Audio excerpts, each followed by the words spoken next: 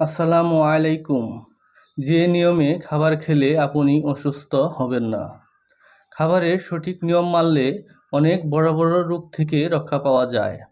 তাই কিছু নিয়ম বলছি, এই নিয়মে আপনারা যদি খাবার খেতে পারেন তাহলে কখনো অসুস্থ হবেন না। যেমন নিয়মিত সময়ে খাবার খাওয়া।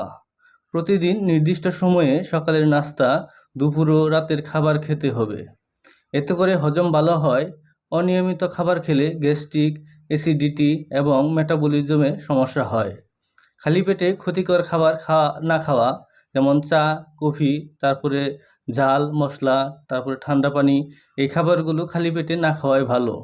এতে পাকস্থলীর ক্ষতি হয়। খাওয়ার ঠিক আগে ও খাওয়ার সময় বেশি পানি না খাওয়া ভালো। খাওয়ার 30 মিনিট আগে এবং খাওয়ার 1 ঘন্টা পরে পানি খাওয়া স্বাস্থ্যকর। তাছাড়া অতিরিক্ত গরম খাবার বা অতিরিক্ত ঠান্ডা খাবার খাবেন না। খাবার ধীরে ধীরে সময় নিয়ে চিবিয়ে চিবিয়ে খাবেন। অতিরিক্ত খাবার খাবেন না। রাতে ঘুমানোর 2 থেকে 3 ঘন্টা আগে খাবার খেতে পারেন। এই নিয়মগুলো যদি মেনে চলেন তাহলে কখনো অসুস্থ হবেন না।